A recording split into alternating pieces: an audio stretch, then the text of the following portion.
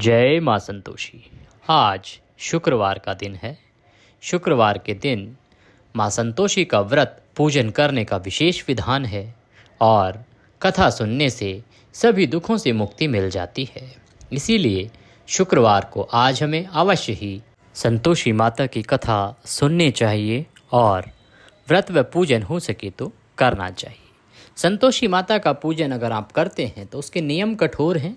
उसमें मूलतः खटाई ना खाने का जो नियम है का पालन करना अति आवश्यक होता है, क्योंकि खटाई न केवल आपको छोड़नी होती है, आपके पारिवारिक जन भी ना खाएं और जिनको आप उस दिन बिठा रही हैं, खिला रही हैं, वो भी उस दिन खटाई ना खाएं। इसका विशेष रूप से ध्यान हमें रखना होता है। आपने संतोषी माता की पूजा कर ली है। पूजा करके एकाग्रचित होकर एक स्थान पर बैठ जाएं और संतोषी माता की कथा सुनना आरंभ करें। पहले एक निवेदन कर देते हैं, वीडियो अच्छा लगे तो उसे लाइक अवश्य करें। कमेंट बॉक्स में जय माँ संतोषी लिखना ना भूलें। ऐसा करने से माँ संतोषी तो प्रसन्न होंगी ही और उनके आशीर्वाद से आपकी मनोकामनाएं सिद्ध होंगी। हमारी टीम बड़ी ही मेहनत के साथ आप तक सूचनाएं पहुंचाती है। आपका एक लाइक और एक कमेंट हमारे प्रोत्साहन के लिए बहुत ही महत्वपूर्ण होता है। तो अपना प्रोत्साहन देने के लिए वीडियो को लाइक करें, कमेंट बॉक्स में जय माँ संतोषी लिखना ना भूलें। आइए अब कथा आरंभ करते हैं। कथा सुनने के लिए एकाग्रचित होकर बैठ जाएं, माँ संतोषी के चरणों में मन को लगाएं और कथा सुनना आरंभ करें। कथा सुनते समय हमें अपने हाथ में गुड़ व चना अवश्य रख लेना चाहिए और बीच बीच में जय माँ संतोषी बोलते रहना चाहिए, हुंकारा भरते रहना चाहिए। एक बुढ़िया थी और उसके 7 पुत्र थे। 6 कमाने वाले थे, एक निकम्मा था।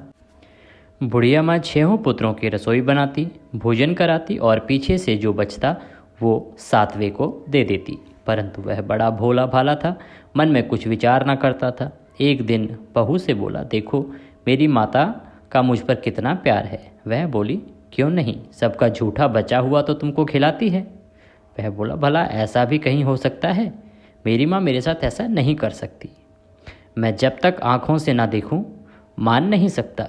बहू ने हंसकर कहा, तुम देख लोगे तब तो मानोगे। कुछ दिन बाद बड़ा त्योहार आया। घर में 7 प्रकार के भोजन और चूरमे के लड्डू बने। वह जांचने को सिर दर्द का बहाना करके पतला कपड़ा सिर पर ओढ़कर रसोई घर में ही सो गया और कपड़े में से सब कुछ देखता रहा। 6 भाई भोजन करने आए।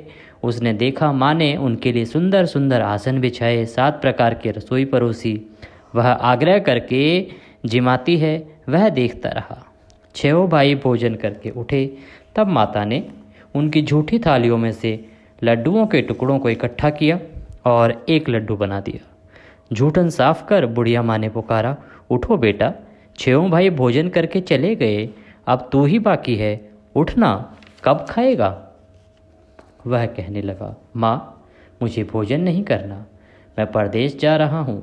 माता ने कहा, कल जाता हो तो आज ही जा। वह बोला, हाँ हाँ आज ही जा रहा हूँ। यह कहकर वह घर से निकल गया। चलते समय बहू की याद आई। वह गौशाला में उपले थाप रही थी। वहीं जाकर उससे बोला, हम जावें परदेश को आवें कुछ काल, तुम रहियो संतोष से धर्म आपनो पाल। वह बोली जाओ पिया आनंद से, हमरू सोचत हटाए, राम भरोसे हम रहें ईश्वर तुम्हें सहाय। देख निशानी आपकी देख धरूं मैं धीर, सुधी हमरी मति मिसारियो, रखियो मन गंभीर। इस प्रकार से वह बोला, मेरे पास तो कुछ नहीं है, यह अंगूठी है सो ले ले और अपनी कुछ निशानी मुझे दे दे। वह बोली, मेरे पास क्या है, यह गोबर भरा हाथ है। यह कहकर उसकी पीठ में गोबर के हाथ से थाप मार दी। वह चल दिया। चलते चलते दूर देश में पहुंचा। वहां पर एक साहूकार की दुकान थी। वहां जाकर कहने लगा, भाई मुझे नौकरी पर रख लो। साहूकार को ज़रूरत थी तो बोला, रह जा। लड़के ने पूछा, तनख्वाह क्या दोगे? साहूकार ने कहा, काम देखकर दाम मिलेंगे।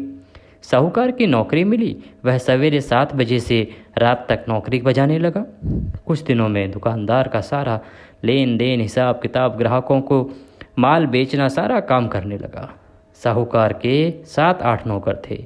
वे सब चक्कर खाने लगे कि यह तो बहुत होशियार बन गया है। सेठ भी काम देखकर और 3 महीने में उसे आधे मुनाफे का साझेदार बना लिया। वह 12 वर्ष में ही नामी सेठ बन गया और मालिक का सारा कारोबार उस पर छोड़कर बाहर चला गया। अब बहू पर क्या बीती वो भी सुनो। सास ससुर उसे दुख देने लगे, सारी गृहस्थी का काम करके उसे लकड़ी लेने जंगल में भेजते। इस बीच घर की रोटियों के आटे से जो भूसा निकलता उसकी रोटी बनाकर उसके लिए रख दी जाती और फूटे नारियल के कोपरे में पानी भर दिया जाता। इस तरह दिन बीतते रहे। एक दिन वह लकड़ी लेने जा रही थी कि रास्ते में बहुत सी स्त्रियां संतोषी माता का व्रत करती दिखाई दी। वह वहां खड़ी होकर कथा सुनकर बोली, बहनों, यह तुम किस देवता का व्रत करती हो और इसके करने से क्या फल मिलता है? इस व्रत के करने की विधि क्या है? यदि तुम अपने व्रत का विधान मुझे समझाकर कहोगी तो मैं तुम्हारा एहसान मानूंगी। तब उनमें से एक स्त्री बोली, सुनो, यह संतोषी माता का व्रत है। इसके करने से निर्धनता दरिद्रता का नाश होता है और लक्ष्मी आती है। मन की चिंताएं दूर होती हैं। घर में सुख होने से मन को प्रसन्नता और शांति मिलती है। निपुत्र को पुत्र मिलता है। प्रीतम अगर बाहर गया हो तो जल्दी आता है। कुंवारी कन्या को मनपसंद वर मिलता है। राजद्वारे में बहुत दिनों से मुकदमा चलता हो तो मुकदमा खत्म हो जाता है। सब तरह सुख शांति हो, घर में धन जमा हो, पैसा जायदाद का लाभ हो, रोग दूर हो जाते हैं और जो कुछ मन में कामना हो वे सब इस संतोषी माता की कृपा से पूरे हो जाते हैं। इसमें संदेह भी नहीं है। वह पूछने लगी, यह व्रत कैसे किया जाता है, यह भी बताओ तो बड़ी कृपा होगी। स्त्री कहने लगी, 1.25 रुपये का गुड़ चना लेना, इच्छा हो तो 5.25 रुपये का ले लेना या 11.25 रुपये का भी ले सकते हैं। ये आपकी सहूलियत के अनुसार है। जितने पैसे आपके पास हो उसके अनुसार लेना। बिना परेशानी, श्रद्धा और प्रेम से जितना बन सके सवाया लेना। 1.25 रुपये से 5.25 रुपये तथा इससे भी ज़्यादा शक्ति और भक्ति अनुसार लें। हर शुक्रवार को निराहार रहकर कथा कहना, सुनना, इसके बीच क्रम टूटे नहीं, लगातार नियम पालन करना। सुनने वाला कोई ना मिले तो घी का दीपक जलाकर उसके आगे जल के पात्र को रखकर कथा कहना, परंतु नियम नहीं टूटना चाहिए। जब तक कार्य सिद्ध न हो नियम पालन करना और कार्य सिद्ध हो जाने पर ही व्रत का उद्यापन करना। 3 मास में माता फल पूरा करती हैं। यदि किसी के खोटे ग्रह हों तो भी माता 1 वर्ष में अवश्य कार्य को सिद्ध करती हैं। कार्य सिद्ध होने पर ही उद्यापन करना चाहिए, बीच में नहीं। उद्यापन में 2.5 सेर आटे का खाजा तथा इसी परिमाण में खीर तथा चने का साग करना। 8 लड़कों को भोजन कराना। जहाँ तक मिले देवर, जेठ, भाई, बंधु, कुटुंब के लड़के लेना। ना मिले तो रिश्तेदारों और पड़ोसियों के लड़के बुलाना। अर्थात पहले कोशिश करें कि आपके परिवार कुटुंब के ही कोई लड़के मिल जाए। अगर आपके परिवार कुटुंब के लड़के नहीं मिलते हैं तो आप रिश्तेदारों या पड़ोसियों के यहाँ से ले सकते हैं, अन्यथा किसी ब्राह्मण के यहाँ से बुला सकते हैं। उन्हें भोजन कराना, यथाशक्ति दक्षिणा दे। माता का नियम पूरा करना। उस दिन घर में कोई खटाई ना खावे, इसका विशेष ध्यान रखना। यह सुनकर बुढ़िया के लड़के की बहू चल दी। रास्ते में लकड़ी के बोझ को बेच दिया और उन पैसों से गुड़ चना ले माता के व्रत की तैयारी करने आगे चली और सामने मंदिर को देख पूछने लगी, यह मंदिर किसका है? सब कहने लगे, संतोषी माता का मंदिर है। यह सुन माता के मंदिर में जा माता के चरणों में लौटने लगी। दीन होकर विनती करने लगी, माँ, मैं निपट मूर्ख हूँ, व्रत के नियम कुछ नहीं जानती, मैं बहुत दुखी हूँ। हे माता, हे जगजननी, मेरा दुख दूर करो, मैं तेरी शरण में हूँ माता। माता को दया आई। एक शुक्रवार बीता कि दूसरे शुक्रवार को ही इसके पति का पत्र आया और तीसरे को उसका भेजा हुआ पैसा भी आ पहुँचा। यह देख जेठानी मुँह सिकोड़ने लगी, इतने दिनों में पैसा आया, इसमें क्या बढ़ाई है? लड़के ताने देने लगे, काकी के पास अब पत्र आने लगे हैं, रुपया आने लगा है, अब तो काकी की खातिर बढ़ेगी, अब तो काकी बुलाने से भी नहीं बोलेगी। बेचारी सरलता से कहती, भैया पत्र आवे रुपया आवे तो हम सब के लिए अच्छा है। ऐसा कहकर आंखों में आंसू भरकर संतोषी माता के मंदिर में आ मातेश्वरी के चरणों में गिरकर रोने लगी। माँ, मैंने तुमसे पैसा नहीं मांगा, मुझे पैसे से क्या काम है, मुझे तो अपने सुहाग से काम है। मैं तो अपने स्वामी के दर्शन और सेवा मांगती हूँ। तब माता ने प्रसन्न होकर कहा, जा बेटी, तेरा स्वामी आएगा। यह सुन खुशी से बावली होकर घर में जाकर काम करने लगी। अब संतोषी माँ विचार करने लगी, इस भोली पुत्री से मैंने कह तो दिया कि तेरा पति आएगा, पर आएगा कहाँ से? वह तो स्वप्न में भी इसे याद नहीं करता। उसे याद दिलाने मुझे खुद जाना पड़ेगा। इस तरह माता बुढ़िया के बेटे के पास जा स्वप्न में प्रकट होकर कहने लगी, साहूकार के बेटे, सोता है या जागता है?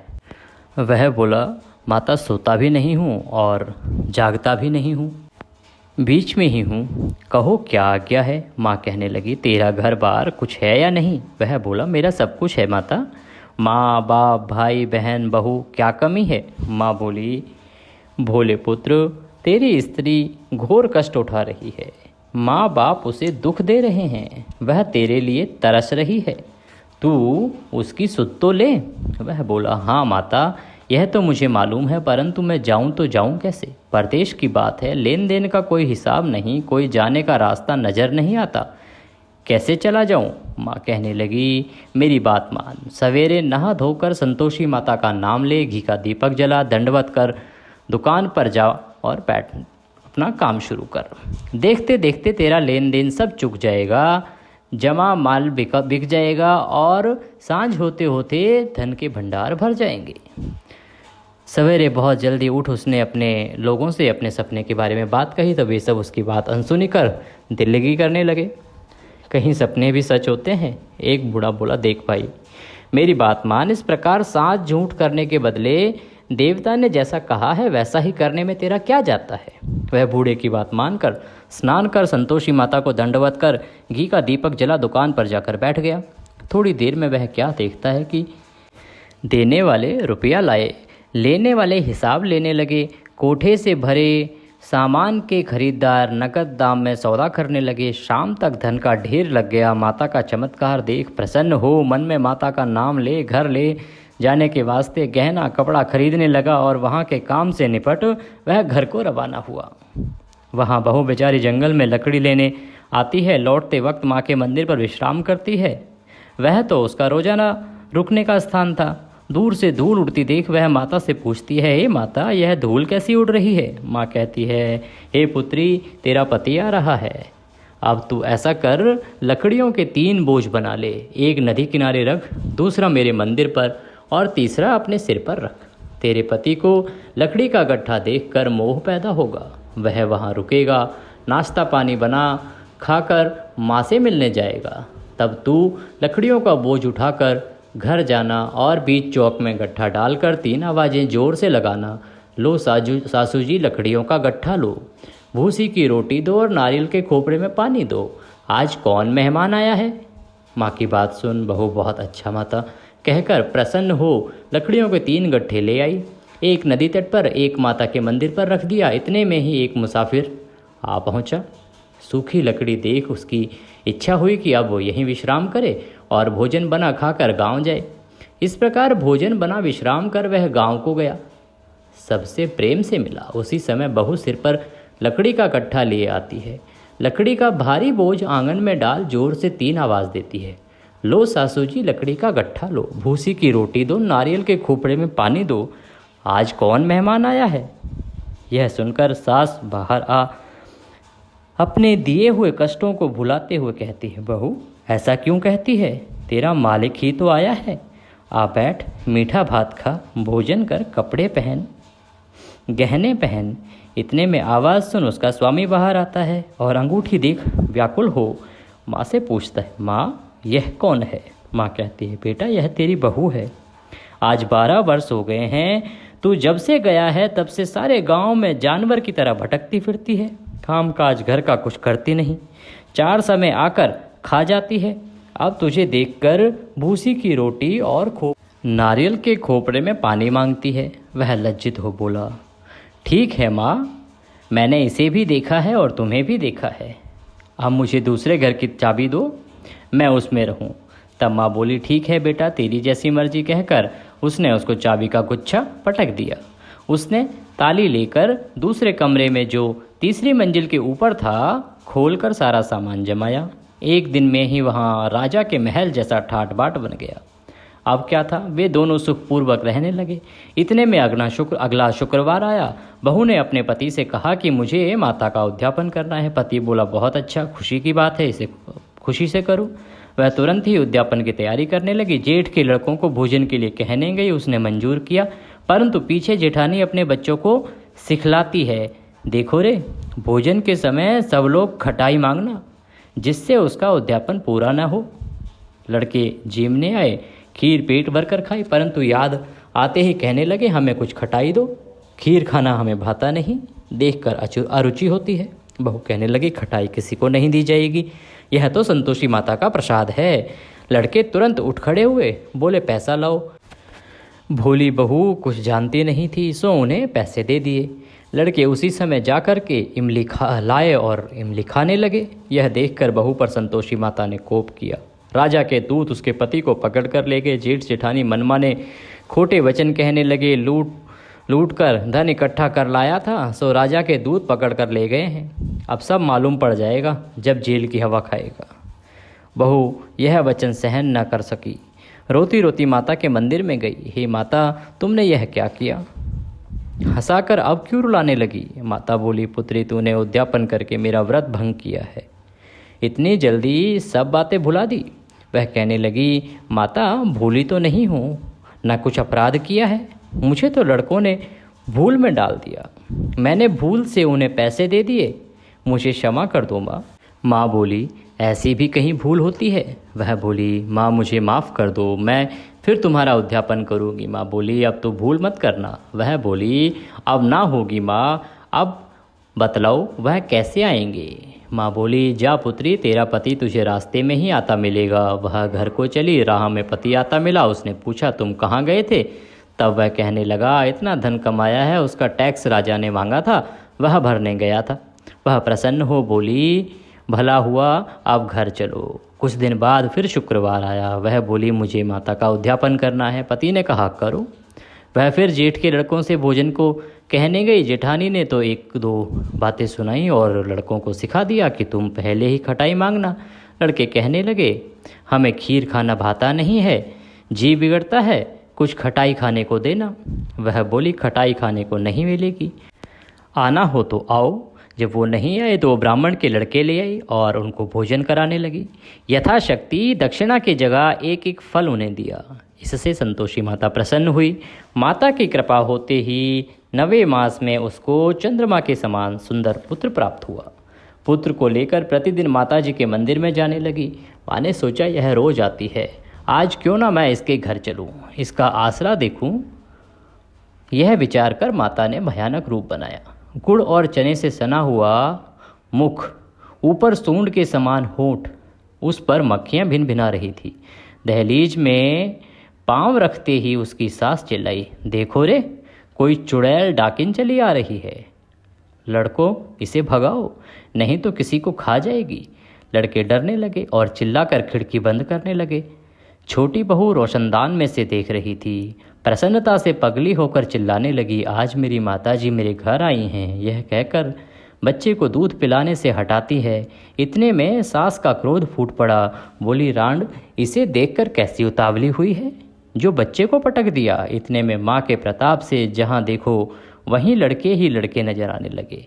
वह बोली, माताजी, मैं जिनका व्रत करती हूँ यह वही संतोषी माता हैं। इतना कह झट से सारे घर के किवाड़ खोल देती है। सबने माता के चरण पकड़ लिए और विनती कर कहने लगे, हे माता, हम मूर्ख हैं, हम अज्ञानी हैं, पापी हैं, तुम्हारे व्रत की विधि हम नहीं जानते, तुम्हारा व्रत भंग कर हमने बहुत बड़ा अपराध किया है। हे माता, आप हमारा अपराध क्षमा करो। इस प्रकार माता प्रसन्न हुई। माता ने बहू को जैसा फल दिया वैसा सबको दे, जो पढ़े उसका मनोरथ पूर्ण हो। बोलो संतोषी माता की जय। इसी के साथ संतोषी माता के व्रत की यह कथा यहाँ पर समाप्त होती है। इसको शुक्रवार को सुनने से माता का आशीर्वाद हमें प्राप्त होता है। विशेष बात यह कि जब भी कभी संतोषी माता का व्रत किया जाए तो उसका नियम कठोर है, उस नियम का पालन करना आवश्यक है। माता संतोषी आपके ऊपर अवश्य प्रसन्न होती हैं और आपके सभी दुखों को दूर करती हैं। इसके बाद माता की आरती करेंगे। आरती करके भोग लगा के सभी जनों को प्रसाद वितरित करेंगे। इस वीडियो में अभी के लिए इतना ही। अगर वीडियो अच्छा लगा हो तो वीडियो को लाइक अवश्य करें। कमेंट बॉक्स में जय संतोषी माँ लिखना ना भूलें। माता की कृपा आप पर, हम पर, सब पर बनी रहे, इसी आशा के साथ अभी लेते हैं आपसे विदा। अगली वीडियो में फिर होगी आपसे मुलाकात, तब तक के लिए जय संतोषी माँ।